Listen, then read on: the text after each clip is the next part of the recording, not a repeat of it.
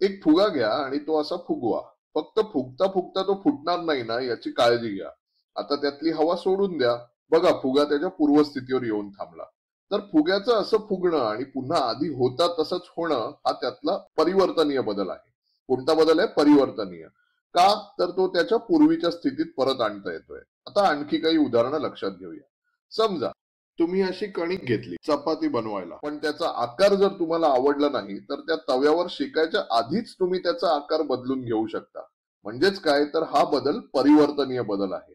एखादी स्प्रिंग असेल खेळण्यातली किंवा पाखरं उडायला वापरता ती बेचकी असेल, तुम्ही ज्याला गुलेल पण म्हणत असाल, ती ताणल्यानंतर सोडली की ती परत होती तशी होते की नाही?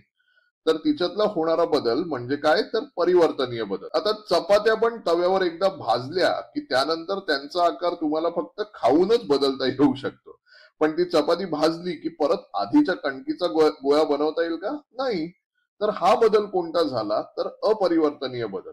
असा बदल जो पूर्वीच्या स्थितीत नेता येत नाही त्याला म्हणतात अपरिवर्तनीय बदल. फुगा एकदा फुटला की तो पुन्हा आधी होता तसा फुगवता येतो का?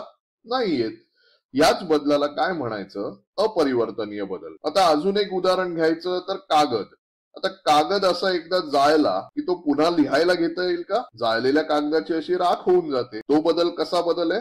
अपरिवर्तनीय बदल. हो की नाही? दुधाचं पनीर बनवलं की पुन्हा त्याच पनीरचं दूध बनवता येईल का? नाही. कारण बनलेल्या पनीरचं दूध बनवताच येऊ शकत नाही. कारण तो कोणता बदल आहे? अपरिवर्तनीय बदल. असंच अजून एक उदाहरण, ही अशी एक मेणबत्ती पेटवली. तिचं मेण वितळू लागलं की मेणबत्ती लहान होत जाते. होईल का होती अशी होती तशी परत? नाही. फोटोमध्ये दिसतायत ते कोणते बदल आहेत? अपरिवर्तनीय बदल.